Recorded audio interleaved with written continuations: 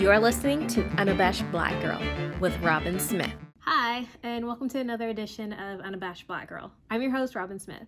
And so what I'm going to be talking about today is basically accountability.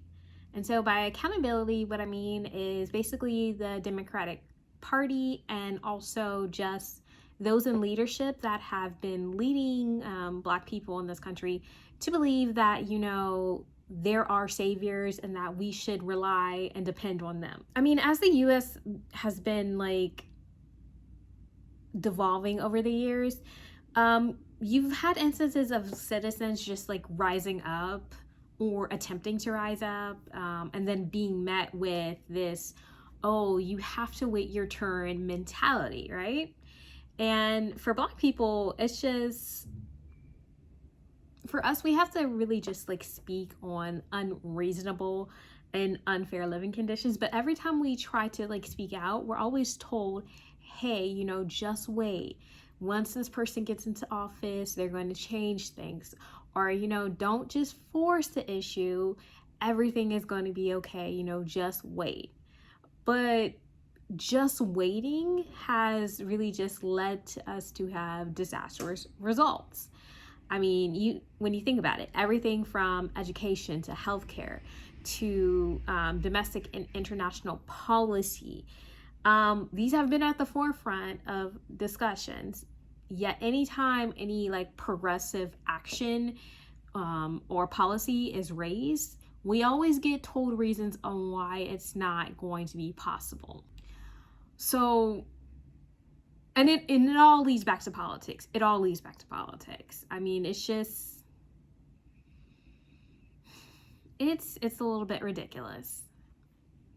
Now, when we talk about the Black community and how we have been let down by our politicians, it mainly it's everywhere, but the most recent example I can have is AOC.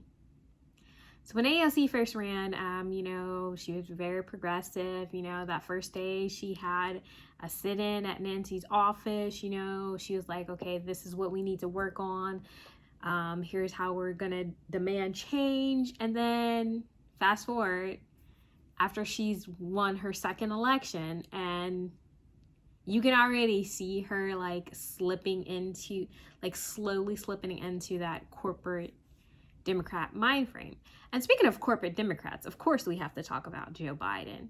So Joe Biden. So during the primaries for the presidential election, Joe Biden was running against Bernie Sanders. Now, before Super Tuesday, Bernie really had the advantage. He had the organizers. He had the funding, he had the energy. People were excited about Bernie. But then what happened? You get to Super Tuesday, and then right before Super Tuesday, you had Amy, you had Pete drop out. Then you had President Obama come out and say, hey, get behind Joe. Now, what a lot of people don't realize is that the further south you go, Black people are very, very heavily Democratic, okay? They will vote for the Democratic nominee. Now, that's not to say that they're uninformed or low intelligence voters. That just means that they are going to go all out for the Democratic nominee. And the front runner who the media was pushing at the time was Joe Biden. So you had President Obama, just saying, hey, vote for Joe Biden. You had the older black generation who were not really all that progressive turn around and then vote for Joe Biden. Now, the reason why they voted for Joe Biden was because Biden had all these lofty little ideas, and he was saying that Bernie would not be able to get his policies passed, but hey, vote for me and I can get you what you need.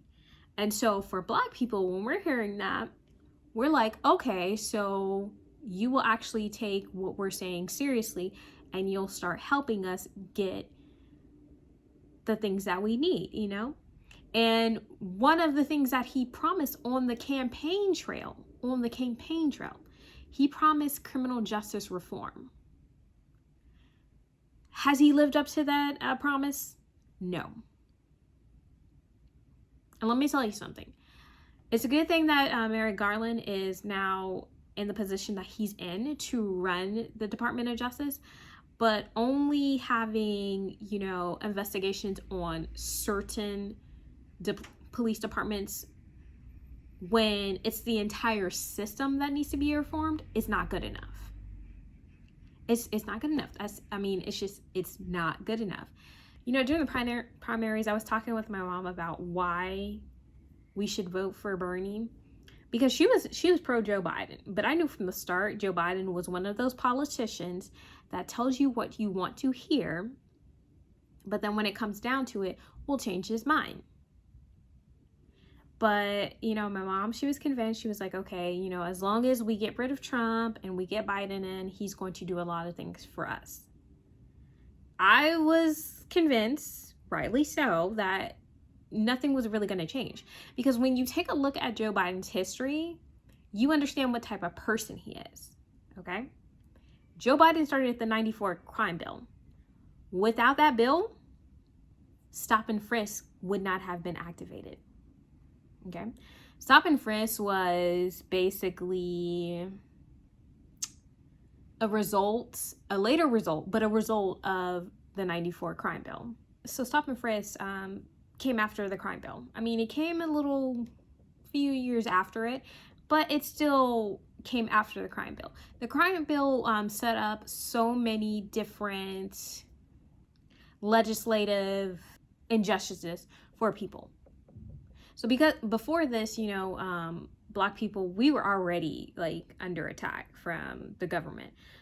But what this crime bill did is it opened up states to form their own legislations on top of that federal legislation to basically make it harder to be a Black person in the U.S.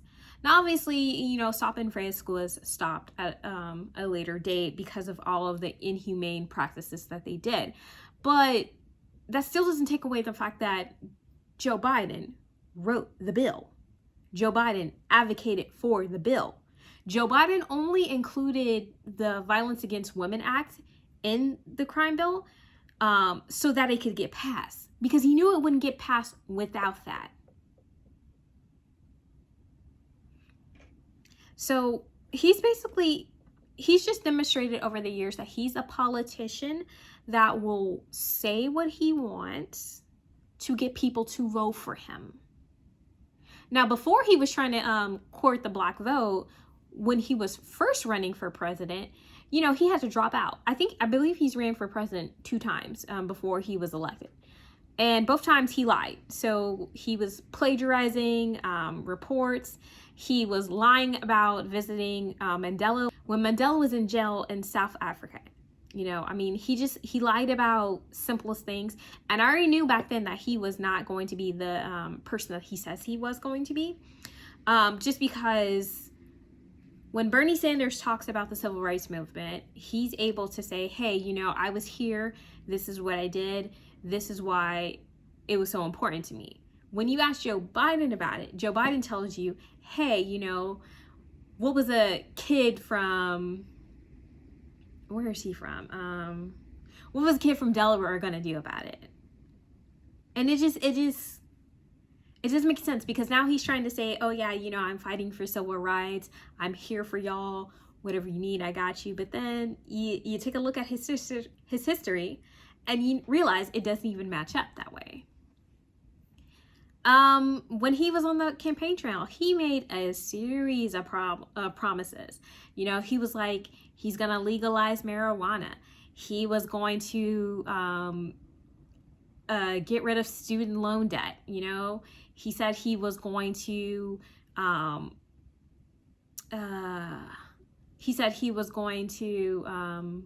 get rid of all of the child detention centers. He said he was going to get rid of the child detention centers. But he's already broken a few of those promises, you know. he was all, oh, healthcare is a human right. Everybody deserves healthcare. Do we have universal healthcare? No. Do we still have child detention centers? Yes. And in fact, he opened one that had closed under the Trump administration because of its horrible handling when it came to like the protection of those children. Like it's mind-blowing, okay? It's so mind-blowing. And then you have people like Obama, and then you have people like Obama and the Congressional Black Caucus. You know, they're going out there, they're fighting for him, and I'm just like, do you people understand that you are selling a lie to Black people? You lie to Black people to get that Black votes. You're not authentic. And the way that you're coming off right now is you're coming off as though you are token Black people. Now, that may not be the case for all the Black people that are representing him, but a lot of them are not looking out for us as Black people. They're looking out for their interests. They're looking out for their donors, but they're not necessarily looking out for us as Black people. And that's hurtful. One thing that really just like irks me is that whenever we talk about changing a policy, there's always this debate on who's going to be the best choice to change this policy. So, for instance, Medicare for all, okay? Everybody, like a good portion of the country is for Medicare for all. But whenever Bernie Sanders would talk about it, people would always say, okay, who's going to pay for it? Who's going to pay for it? And really, anytime a progressive policy is brought up, it's always this question of who is going to pay for it. But then when you talk about like military spending, that question is never there. It's only when it's about policies that are going to benefit real citizens, and more specifically Black citizens, that we have this discussion of who is going to pay for it.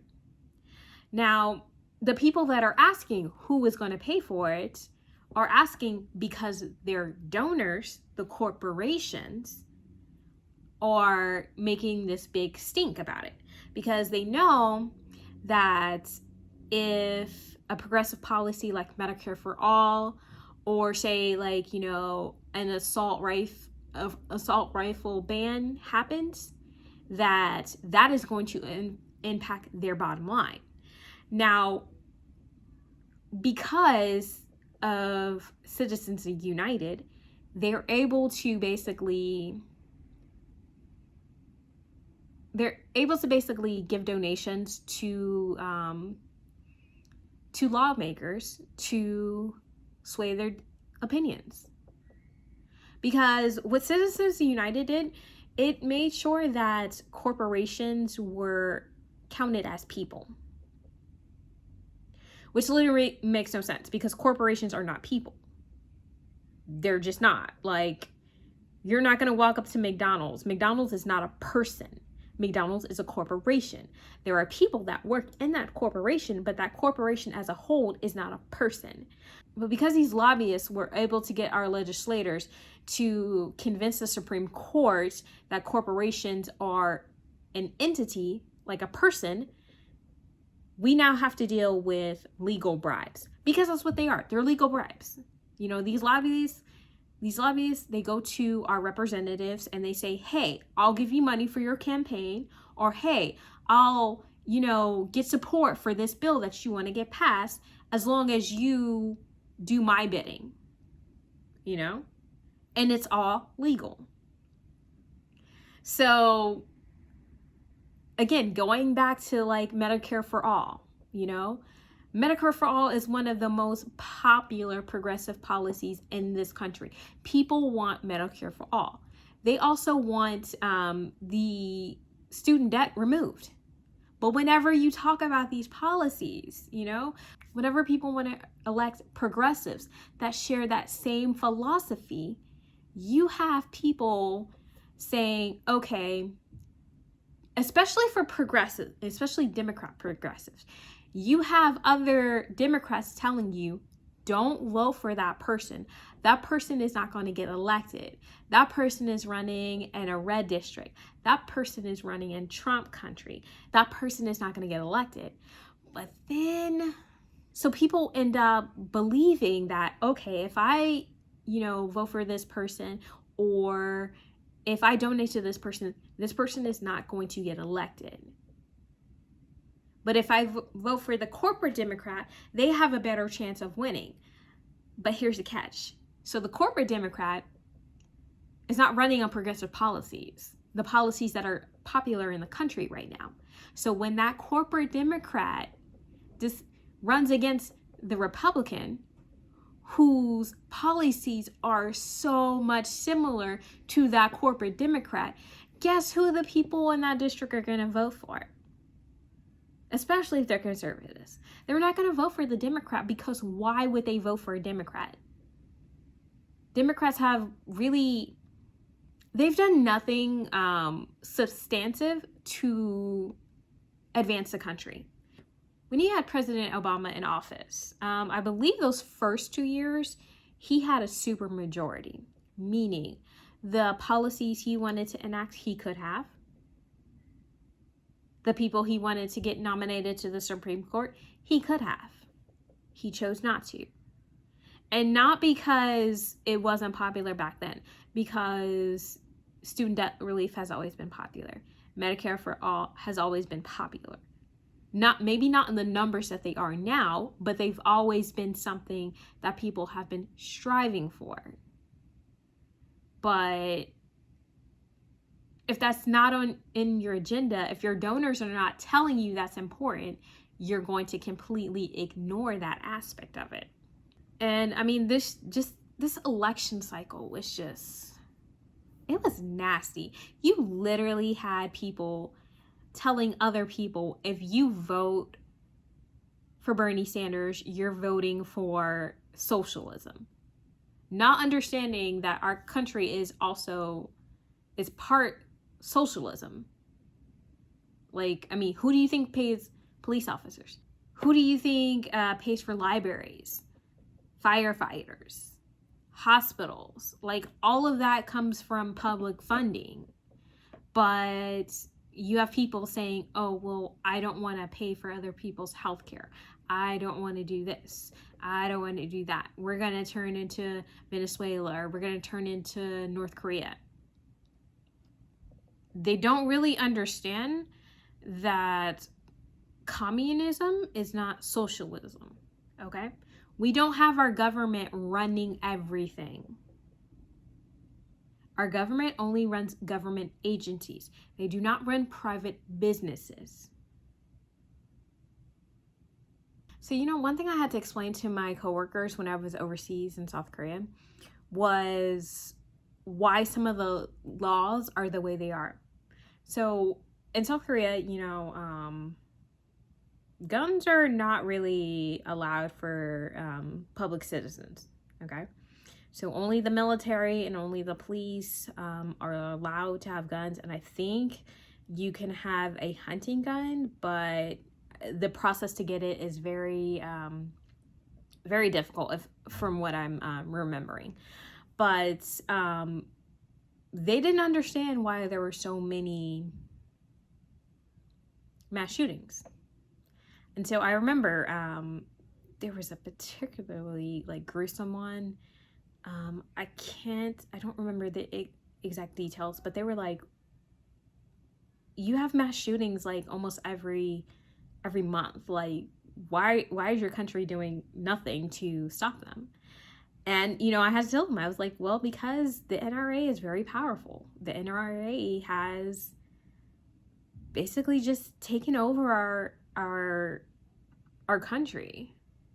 Like, I mean, the NRA now they're not as powerful, but back then in 2014, they were super powerful. And explaining to a foreigner why legislators think it's okay to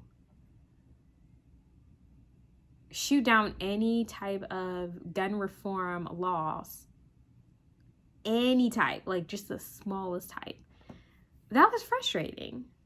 And I mean, that's not the only thing I had to explain. I had to explain why cops, were getting away with murdering unarmed Black people.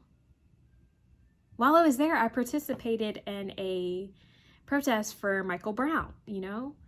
My Korean coworkers, they were like, well, who is he? What's his story? And so I had to basically tell them what happened with Michael Brown, and they were horrified. They were like, well, what's going to happen to the cops that murdered him? And I was like, nothing, because we have qualified immunity.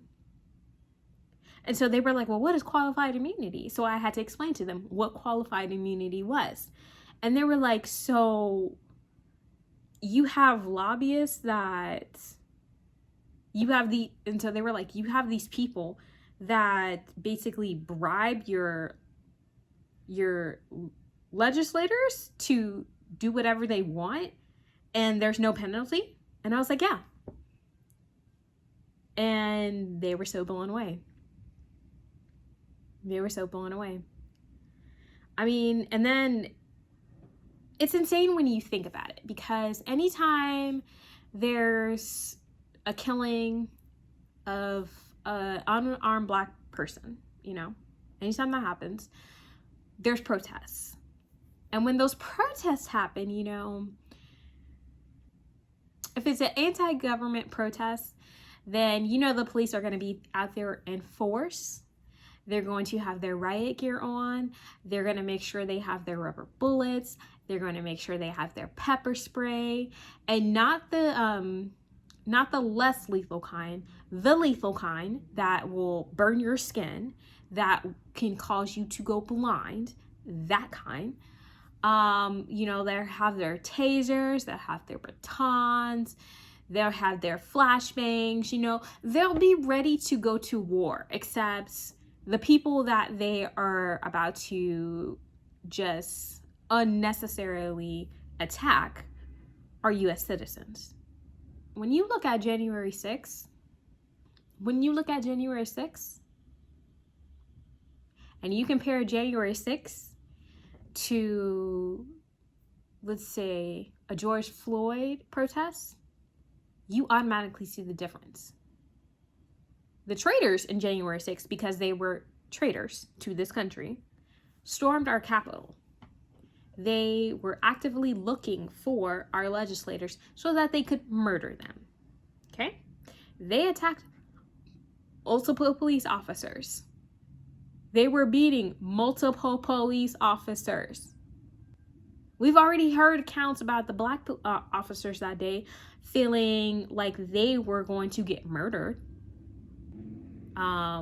They told us that they were getting called the N-word, all kinds of racial epithets that were derogatory. We've heard all this from those officers.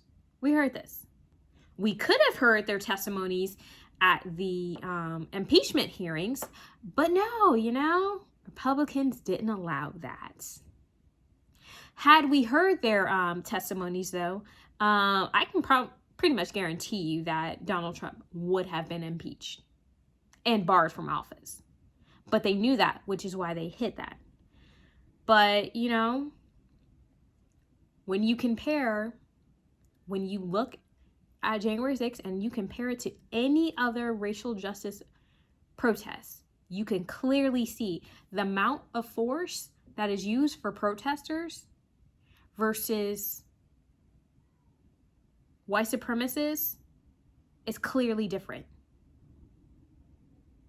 If you go to a peaceful protest, you know that as soon as the police decide they want to consider your peaceful protest as an illegal gathering, that If you stay, you're going to be maced, you're going to be arrested, you're going to be brutalized, you're going to be assaulted, your human rights are going to be stripped away from you, because that's what happens.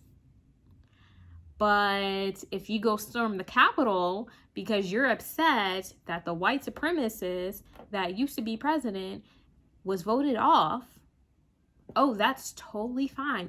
You can break into the Capitol. You can assault every single police officer there. You can steal Nancy Pelosi's podium. You can walk away with a laptop that belongs to Pelosi that you're going to sell to the highest bidder. I mean, you can do all of this and know that you're not going to be faced with federal crimes. Because to be honest, a lot of the people that have been arrested and have been charged with trespassing. They haven't been charged with insurrection, which they should be. They haven't been tried with any treason nor terrorism. They haven't been charged with assault. I don't think so. I mean, they've been charged with very basic charges. But I know if we were to flip the situation and January 6th was nothing but black people, first of all, they wouldn't have even gotten that close to the Capitol. They would have been shot on sight. And the Capitol Police would not have ignored social media postings that this was going to happen, because Capitol Police, they've confirmed multiple times that they did not take the warning seriously, that they basically told all the Capitol Police that still remained that they didn't want them to go after the Trump supporters, and that their orders were to go after anti-Trump supporters. But lo and behold, anti-Trump supporters didn't show up on January 6th. We weren't there because we were told to stay home because of COVID. But then you had Trump supporters who had been planning this over a few months. You had paper trail after paper trail after paper trail on the internet. The FBI knew about it. Capitol Police knew about it. They all knew January 6th was going to be violent. They knew that the insurrectionists were targeting specific legislators. They knew that. They did nothing anyway. The Capitol gets overrun, and then all of a sudden, everybody's acting so surprised. Why are you acting surprised? You knew it was going to happen. Why are you acting surprised? I just don't get it. And then you had... And then fast forward a few months, and then you have Republicans in the media talking about, oh, well, it was anti-Trump supporters dressed up as Trump supporters who broke into the Capitol. Really? I mean, and all of this is basically to say that our legislators are really not here to help us, especially Democrat legislators. They're just not here. Traditionally, they haven't been here. Going forward, they're not going to be here. We're basically not going to get representatives who stand up for us in large numbers to do anything about it until we create a new party. And this party has to be for workers, and it has to be progressives only. We can't have corporate Democrats come into a brand new party and then try and take it over, or try and steal progressives or independents, because it's just not going to work. Corporate Democrats are only concerned about their donors and what can this legislation do for me. I'm tired of that type of politician, because that type of politician, there's no accountability for them. I mean, it's honestly, it's time for a new party. We can't do this anymore. We can't just let these people sweet talk us into getting them elected, and then when it's time for action, they run away like scared cowards because they don't want their bottom line affected. I mean, hopefully we can get a new party. I know it's hard, but I mean, I think if we start now, we'll be ready in time for the 2024 election. Because honestly, if things keep going the way they are and Kamala decides she's going to run for president, I know for a fact I will not be voting for her, and no one is going to shame me into voting for her. I'm sorry, but being Black is not enough for me to vote for you. You have to have the best interest of Black people and just people in general for me to vote for you. If she changes her tune, you know, and she gets some progressive policies passed, we'll see. Till next time, stay unabashed.